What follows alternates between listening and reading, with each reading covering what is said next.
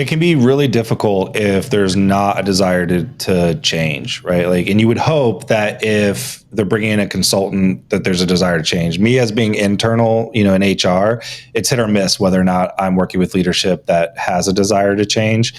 To kind of get them to change, I try to highlight where we're falling short in a few areas, and then explain how making improvement in culture, whatever, come to them with information of how we can shift and actually be more profitable if we focus on these areas. Again, like culture, right? If you have high engagement, study after study after study shows you have better organizational outcomes.